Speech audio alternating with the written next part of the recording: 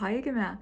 هو كنت عايز اتكلم شوية عن المولز في مصر عشان هما بوجي قوي اكتر من في امريكا في رأيي. يعني افتكرت لما كنت في مصر ولما كنت في القاهرة كان في 2 مولز او 3 وكده غالية جدا بوجي قوي، وهما واحد اركن بلازا، 2 جاردن ايد، و3 كايرو فيستيفال سيتي. يعني ايه؟ انا افتكرت لما انا كنت في الاركن بلازا I was like واو، كده نايس قوي.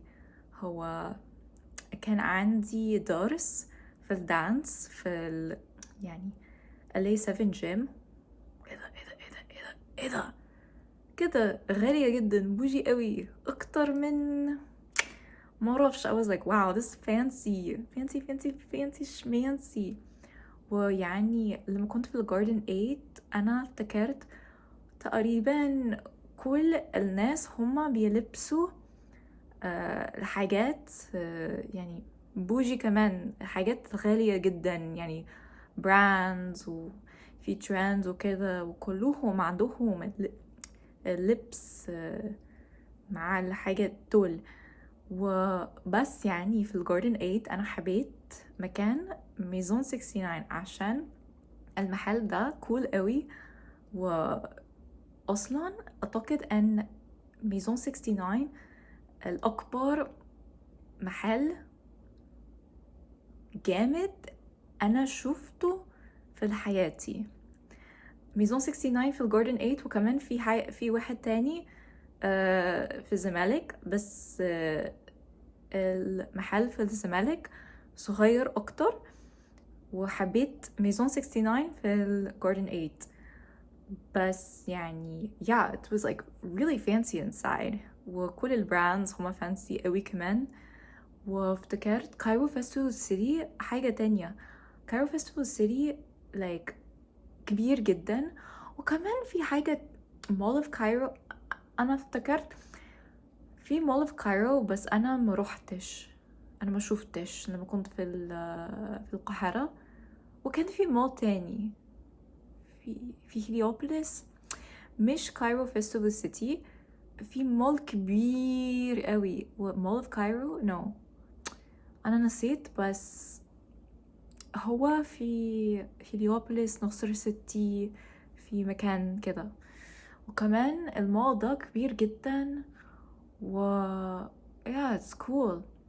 وكمان كايرو فيستيفال سيتي انا حبيت الاوتدور اريا، في مكان اندور وفي مكان اوتدور، و like في فاونتن كبير، وفي حاجة مضحكة قوي، كان في مطعم كتير من أمريكا، like كان في TGI Friday أو كان في IHOP. بس like إيه ده؟ عشان يعني في أمريكا المطعم دول مش يعني cool قوي في أمريكا، بس يمكن في مصر هما cool. بس it was like wow interesting قوي، like انا في مصر ولا انا في امريكا دلوقتي معرفش. وكمان كان في فاونتن كبير، وانا افتكرت انا حبيت جدا الماكدونالدز في الاركن بلازا لما كنت هناك عشان الناجتس كان تحفة قوي، والفرايز جامد جدا كمان. ويا وحبيت عشان انا رحت شباب جو لما كنت في الاركن بلازا كمان.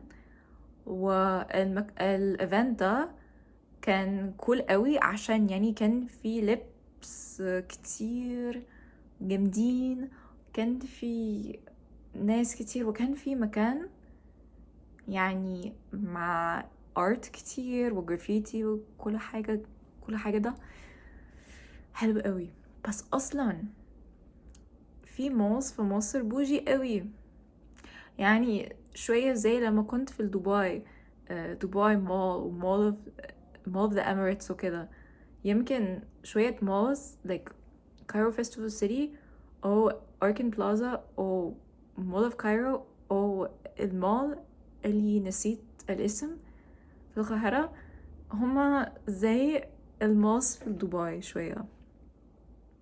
يمكن جاردن 8 صغير بس هي بوجي قوي، غالية جدا.